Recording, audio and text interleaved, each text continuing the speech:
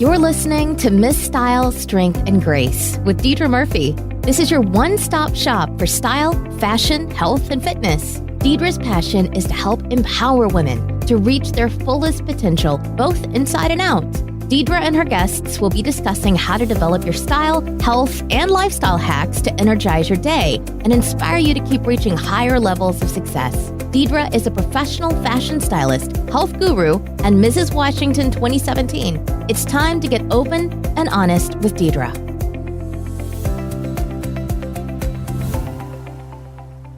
Well, hello and welcome. Today, I am so excited to share with you my favorite 10 pieces to invest in right now.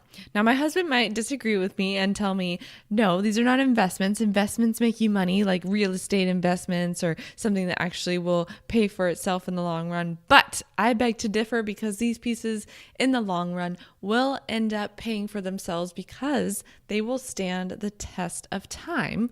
And you will get more cost per wear, which we're going to talk about in a little bit. So I got to thinking about this topic because I recently did a style talk for a bank, and they asked me to speak on something and keep my topic with the idea of the power of the purse in mind, so saving money in mind. This is so perfect for me. I teach clients consistently how to save time and money in their wardrobes. Well, wait, Deidra, as a stylist, how do you do that, especially when you take people personally shopping? Well, we only do the personal shopping with key aspects in mind of what they really need, and 2, if their budget works for it, and 3, we hone in on exactly what they need in order to up-level their wardrobe so they get the most bang for the littlest amount of buck. So plus the money, I teach them how to make new outfits with what they already own and actually teach them brain hacks, as I like to call them, to get them out of a style rut within their closet. This then helps my client learn how to use the things that are currently wasting space and money in her wardrobe. And then after our process, if pieces still aren't being used, we slough them off or edit them out, as I like to call it. And then later that saves them time because I build them style boards that are unique to what they have in their closet. It's using the pictures that we took in their closet, whether we did it virtually or in person. And then they can refer back to the outfits that they've made with me. And it's a simple process of just pulling those pieces and putting them on. It takes them less than 5 minutes to get dressed. Plus, now they have the simplification within their closet. It helps her mentally declutter so she doesn't have to use that precious brain energy when worrying about what to wear. It's a simple process every morning now because everything that she has, she loves. It fits her shape, it fits her coloring, and she knows how to mix and match easily, transitioning from day to night, from workwear to weekend wear. Okay, sorry, I'm losing track here. Let's go back to my talk at the bank. So I wanted to speak on the cost per wear of items that I mentioned above and what I actually consider investment pieces. So why should we invest? Why should we invest in pieces that are going to stand the test of time? An investment piece will give back to you for years to come. It is so timeless that you want to make sure the quality will last so you can wear it time and time again. These are the things that you want to make sure you look at with the fabric content. Is it natural fibers? How's the stitching on the garment? How is the weave? For instance, check the fabric content of that cashmere sweater. Is it 100% cashmere, or did they weave in some acrylic or cotton? This is what will make a sweater pill after just a couple wears, and even some expensive brands will do this. I remember one of my very first cashmere sweaters I bought by Michael Stars. I thought, oh, it's expensive. It must be good quality. It's cashmere. It must be great. Literally started to pill on me within 1 day of wearing it. I think I only wore it a couple of times because it pilled so bad. I just wanted to get rid of the thing. And it was because I found out, I did my research, Michael Stars, yeah, they might use cashmere, but they're taking the leftover cashmere that higher end brands like Repeat Cashmere and Eileen Fisher, they're taking the longer fibers from the actual cashmere goats. That's where they get the fibers for the weave. So those really high end brands are paying top dollar for the long fibers, and then cheaper cashmere brands are collecting the leftover, smaller, shorter length fibers, and that's how they make their sweaters, that's what creates all the nasty pilling, especially under the arms of sweaters. So just because it's expensive doesn't mean it's high quality. So then let's talk about cost per wear. I know we mentioned that a minute ago. Let's say you buy a $40 sweater from, I don't know, Target, but you only wear it once. That's a $40 cost per wear, right? Do the math. That's kind of expensive per wear. Versus something that's an investment piece. Maybe you buy a $200 sweater. I know that's kind of maybe steep for some people depending on your budget, but let's say it's a nicer brand like Repeat Cashmere. For instance, my favorite cashmere sweater is by Repeat, and I have worn that thing probably close to 100 times. So 200 divided by 100 times cost per wear. Let's carry the one. That's $2 per wear, guys. $2. So in the end, which was cheaper? The Target sweater that was $40 per wear, or the nice cashmere sweater that was $2 per wear that I still have in my wardrobe, haven't gotten rid of, and I don't even need to take a sweater stone to it to depill it because it's still in great shape. So that's what I mean by cost per wear. Now, keep in mind, even expensive brands will do this to you. So it's about doing some research, looking at fabric content, and checking the labels. Those are the 3 things I definitely recommend. Now that you've done your research on your companies, it's time to think about your style. So if you haven't listened yet, go back and listen to my podcast on how to develop your signature style first. That way, when you start to invest in these pieces, you know what style type to go with. So for instance, let's say one of the pieces is a blazer. You want to make sure that the blazer matches your signature style and resonates with your personality. I have a client who actually loves menswear inspired pieces. She will always resonate with a crisp white button down, classic trousers, and a good blazer. So for her, when we picked out a blazer for her wardrobe, we made sure it was one that was still feminine in its approach. It was still a women's blazer. Don't just go starting to shop in the men's section here. But it was a longer cut blazer, not as fitted, still tailored, nipped in a little bit at the waist, but not extreme. So it fit her style type of menswear inspired. And it was a solid black color to really mix and match well within the wardrobe that she currently had. But for somebody like me, my investment blazer would be a little bit cropped in length to hit closer to my natural waistline, and it would probably have some girly feature on there. In fact, my favorite blazer in my closet has a polka dot lining, so then when I roll the cuffs, a little peak of femininity shows in the blazer, and I would have it be a little bit more tailored. Okay, so now that we know the ins and outs of why you should have investment pieces, how to make sure it fits your signature style, let's dive in and start talking about my favorite 10 pieces that should be timeless and will stand the test of time. Number 1, the trench coat. Let's talk about a trench coat for a myriad of reasons. They are great for different seasons. You can wear it in the spring, you can wear it as it's changing into summer, and then you can bring that sucker back out again in the fall as it starts to have the leaves fall outside. If you're living in a place that has different weather in the winter, depending on where you're at, you might be able to get away with it in the wintertime if it's not super duper cold, especially if you layer it up. A good trench should still be able to fit layers underneath, say like a blazer and chunkier sweaters. So you want it to fit well, but still be able to layer underneath. My personal trench coat is a camel color favorite one of mine that I've had for probably 4 years now by Eileen Fisher. It was a great investment piece at a price point that I felt comfortable with. Now your price point might be a little more Burberry inspired. That's great if you're willing to go that route. To me, that's too high end for my tastes. But, if I could afford it, I would definitely have one. But to me, it doesn't really make sense. But maybe your price point is a little bit more of like the Michael Kors line at like Macy's, or London Fog makes some great ones too at Macy's that are around like $100, $150. A great trench coat will really do a workhorse for your wardrobe, I would find one again that still matches your style type. So maybe you love like pops of print, maybe find a pretty floral one, or even a leopard trench coat, or maybe find one in a bright color for your wardrobe. You can even find trench coats that have hoods that you can zip on and off or button on and off, so it can be very transitional. They have ones that are rain repellent, so if you live in the western part of Washington or the Pacific Northwest, that might be a great one for you. Just make sure it fits your style and your style type. Again, if you're more dressy, maybe a camel colored or a black trench coat will, dress it up a little bit for you. Or if you're more casual, maybe more like a blue color will be a little bit more casual for your style. Number 2, the black blazer.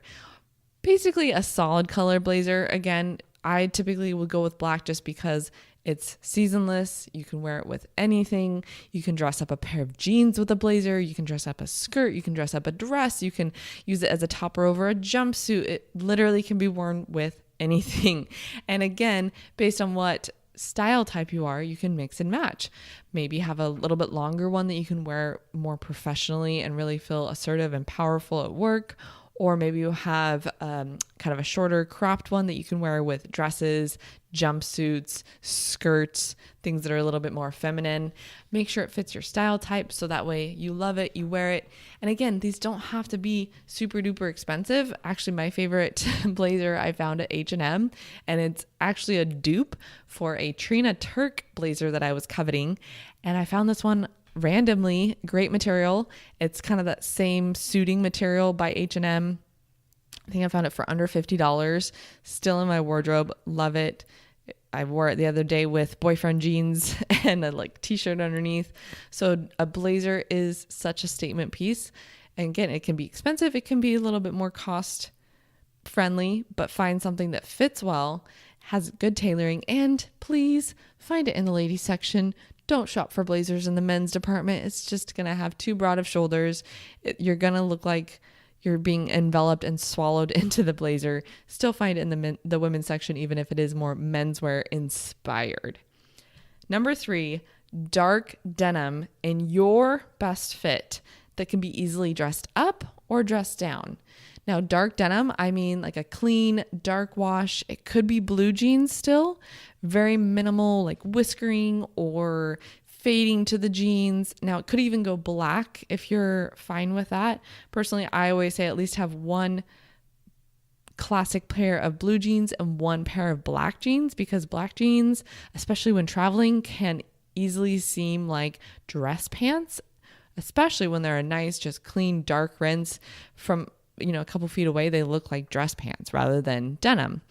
So I definitely make it a great fit, again, based on what your body type is and what you're comfortable in. If you're comfortable in a boot cut, find a great boot cut pair of jeans and a dark rinse with no embellishments on the pockets, ladies. None of the Miss Me jeans with the cross and the rhinestones and the bling on the butt. Get rid of them. You're not 16. Let's move on. If you're buying a black pair, even same thing. It could be a boot cut. It could be a skinny. It could be even a boyfriend fit if you want them a little bit more loose and slouchy. Find your favorite fit and make sure it's a dark, clean wash. Number 4, a quality purse or handbag based on your style personality. So again, goes back to what style type you resonate with. I love myself a really good structured ladylike bag. Most of my bags keep their shape. So what I mean by that is if I were to empty my purse, set it on the counter, my purse will hold its same shape. So I like a lot of structure to my purses. I don't like slouchy bags that if I set it down with nothing in between, it's just going to fall over. That's just my personality. But maybe you like those unstructured bags, or maybe you like a crossbody bag or a saddle bag, like a round purse, or maybe like a shoulder bag versus a crossbody. Find whatever your tastes like, but make sure it's high quality craftsmanship. I get asked all the time, like, well, do you trade purses with every single outfit? No, who's got time for that? I mean, I guess if you do have time for that, like, good for you, power to you. I don't have time to change purses every single day. So you're using it on a consistent basis. Make sure it's really high quality. And again, that doesn't necessarily mean super duper expensive. One of my favorite structurally like totes is actually from Zara. It's not real leather. It's a faux leather, and it's just a great camel color, but I throw my laptop in there. I throw all my client necessities in there, my measuring tape when I'm seeing a new client for the first time, my color palette guides, like everything goes in this giant tote, and I take that sucker with me with all my client appointments. And again, it was a Zara find. But some of my favorite purses that I travel with are usually by Rebecca Minkoff. She's my favorite purse designer. Her MAB or MAB tote is my favorite because it can fit my laptop in there. And then especially all my travel needs, like my sunglasses, my little to-go makeup bag, it's in there when I'm flying. So that's my other favorite line of purses. But her construction to her pieces is very well manufactured. So I check the seams, I check the stitching, I check the tops where the handles meet the purse, make sure there's some sort of like grommet or something there to really hold it together. Because I was actually traveling once, had a cheap bag. I've learned my lesson, but it was a cheap purse from TJ Maxx, and the strap that goes over the shoulder literally broke as I was getting off an airplane. My purse broke. All my contents spilled everywhere as everyone's trying to deboard the plane. Yep, I was that girl holding up the line as everyone's trying to get off the plane, make their connection, or make it to their loved ones as they exit the plane. And I was holding everyone up, trying to throw all my things back into this cheap bag. I've learned my lesson since then, and I now always check where the straps meet the purse and make sure that it's going to hold up to all the things that I stuff inside that darn bag. I would also recommend on this one to make it a neutral color, since that it's something you're going to typically use every single day or for at least days at a time. I usually have one per season. So I have like a lighter color bag in the spring and summer, usually like maybe a lighter tan or a taupey color. Just for me, it helps with my different outfits. And then back in the fall and winter, I just find myself going back to a black or a dark gray purse as something that I can wear with all my different winter wear as well. Again, find what's going to speak to you. Actually, one of my other favorite purses is a light pink color, and I bust that sucker out every spring, and I take good care of it. Again, it's a Rebecca Minkoff one, but the lighter pink color just really works well all springtime long. Number 5, an ankle bootie. Now, this is something you can literally wear year round. You can wear it in the fall as the leaves start to change color. Booties are great. You can wear them in the winter. You can wear them even with socks kind of peeking out in an intentional way, so that way your feet can stay warm. You can wear them back in the spring again, like throw in a dress, and you can wear it during the day, but then edge it up with something at night with a lot of accessories, or like a leather jacket, and make it fun, make it speak to your personality.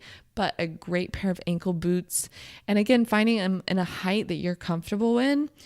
I would recommend maybe a small or slight wedge if you can wear that. If you can't, that's fine. There's so many flat ankle boot options that you can wear all day. Actually, I took a client personally shopping, and we found her a wonderful pair of flat ankle boots because she had to have ankle surgery. So she literally can't wear heels. So we found her some stylish ankle booties by Sam Edelman that she can last all day in, and they look fantastic. And they're like this amazing taupey color where if she pairs them with browns, they look more brown. But if she pairs them with grays and blacks, they look more gray. It's kind of this magical color that we were able to find her. Speaking of magical colors, I would then recommend, this is kind of a two for one, number 6, is 2 neutral shoes, whether it's heels or flats, sandals, open toes, pointed toes, round toes, what have you. Make 1 nude and 1 black. If you purchase any shoes in your life and you just need 2 pairs, that's all you want, have 1 be light color and a nude and 1 be black, and you're set. You can use them to dress up outfits. You can use them to wear to work. You can use them with dresses, with jeans, what have you, but at least have 1 pair that's in a lighter tone and 1 pair that is in a darker tone. Nude shoes in particular are going to elongate your legs, give you that legs for days, even if you have short legs like me, even if they're flat. In particular, if you're trying to elongate your legs, like let's say you have short legs like myself, I'm a weird body type.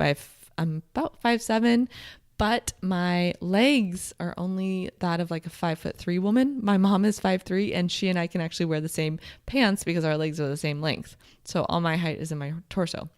Long story short, my favorite flats are a pointed toe nude flat, and I like wearing them because it makes me feel like I'm a little bit taller even though I'm still wearing a flat shoe. And I can wear them with ankle pants, I can wear them with skirts and dresses, I can wear them with all my jeans, and I still feel a little bit dressy but still comfortable all day. In fact, I bought them in particular so that I could work. There's a beauty expo that I work every summer over in New York, and I needed to be able to wear them all day at the beauty trade show, but then be able to go and sightsee around New York City in the evenings and still feel comfortable, like I could get around because you're walking so many miles every day. So that was my favorite go-to pick, and I've had those shoes for probably about 3 years now, and they still look brand new. So again, this is an investment piece here, people. Number 7, a denim jacket. The denim jacket is perfect for layering in practically all seasons, maybe not winter so much, unless you maybe go to a resort, you vacation somewhere in the wintertime and you're going somewhere warm. Always bring a denim jacket. Whenever I've helped clients pack just for vacation, I always make sure they have a denim jacket to layer up over even like a maxi dress, like for dinner out at the resort, or even as a daytime cover up as it starts to get chilly when the sun drops. I know it can be a little bit chilly, especially on the ocean waters as the sun goes down, even in tropical vacations. And you can literally layer it with just about anything. I hesitate to recommend layering it with denim on bottom, like jeans, unless it's done properly, which I actually have a YouTube video on how to wear denim on denim. So be sure to check that out if you haven't. I will include that in today's show notes so you can watch that video on how to wear denim with denim. But you can wear them with different colored bottoms. So maybe you're wearing a denim that's a white denim or a colorful jean on bottom. Pop on a blue denim jacket and you're good to go. Or maybe you're wearing a maxi dress like I mentioned earlier, or a springtime, maybe it's Easter and you have a summer dress on and you get to, brunch and you're like, oh, I'm a little chilly. Pop on that denim jacket. Now you've got a good cover up. So my favorite denim jacket is actually one I found at the Loft probably about 6 years ago. It's this inky blue color. It's a little bit slightly cropped in length, so it's not super long. I love the fit and feel of it. And again, it wasn't super expensive because I found it at the Loft, and I probably found it on sale because I never recommend buying anything at the Loft when it's full price. Number 8, a sweater. I would recommend one that's at least a cardigan for easy layering. Now, it doesn't have to be like your teacher mom button-down cardigan with the crew neck. Believe me, I used to have plenty of those when I was still teaching. They are very classic in style. I have a couple of that style myself. It lends a little bit more professional looking, but if you're wanting something a little more casual or something that's kind of transitional where you could wear it to work, but also wear it on the weekends, like over a t-shirt or a blouse, then I would find something that's just an open knit, maybe with a shawl collar or something on there like that. So you can wear it open, probably in a natural or a neutral color. So you can wear everything with it as far as colors go, and then also pick a content fiber that you're comfortable with. I know some people have issues with wearing, say, wool. Don't buy a wool cardigan. Or maybe you're allergic to cashmere or different fibers like that. Then find one that's in cotton and make sure it's a good quality, high cotton fiber, not something that's mixed with like acrylic or different random fibers in there. You want to make sure that it's natural. Even like linen sweaters make great pieces as well because they're going to be comfortable. They're not going to stretch out or in weird ways. And just be careful when you do wash it, or check the label and make sure if it's dry clean only that you still take it to the dry cleaners. Number 9, knee-high riding boots in either black or a tan color. You know what's funny is this last winter, I didn't wear knee-high boots as much, especially in 2017. like winter of 2017, I didn't. I started to edge back into them as I was wearing some of my riding boots with midi dresses and skirts again, but they're always going to be classic and never go out of style. You can never go wrong with a classic knee-high riding boot. I always envision like those perfect Tory Burch riding boots. That kind of like have an almond toe and like a whiskey cognac color. I've been coveting a pair for quite a few years now. I don't have one yet, but we'll see if I end up getting one. My favorite pair of riding boots are actually by Fry. I bought them, and I talk about this all the time. I bought them in college. They were my first like big girl purchase of nicer boots. And I thought, okay, I need a pair of boots I can wear across campus, and especially where I was going to school, it could be snowing one day, it could be raining the next, and then they would salt the sidewalk. Sometimes they wouldn't, and they would just get trashed. But this pair of Fries, I still have in my closet, and they still look just as good as the day I got them. It was such a great purchase, and not to age myself, but I'm coming up on my 10-year reunion from college. So if that gives you any sort of idea of how old I am. But anyway, if you have a classic pair of knee-high riding boots, they will always be in style. Look for something maybe with a lower heel so it's not super high, maybe a stacked heel, only an inch or two so it's super comfortable, but you can wear them with dresses, pants, jeans, whatever, and it will go from day to night depending on how you style it. And again, I would recommend either like a black or a classic brownish color. Now when I say brown, I think more cognac or tan, just because then you can wear it with black and it seems intentional, versus if it's a chocolate brown color, it's going to be harder to wear it with black because it's going to look like black. All right.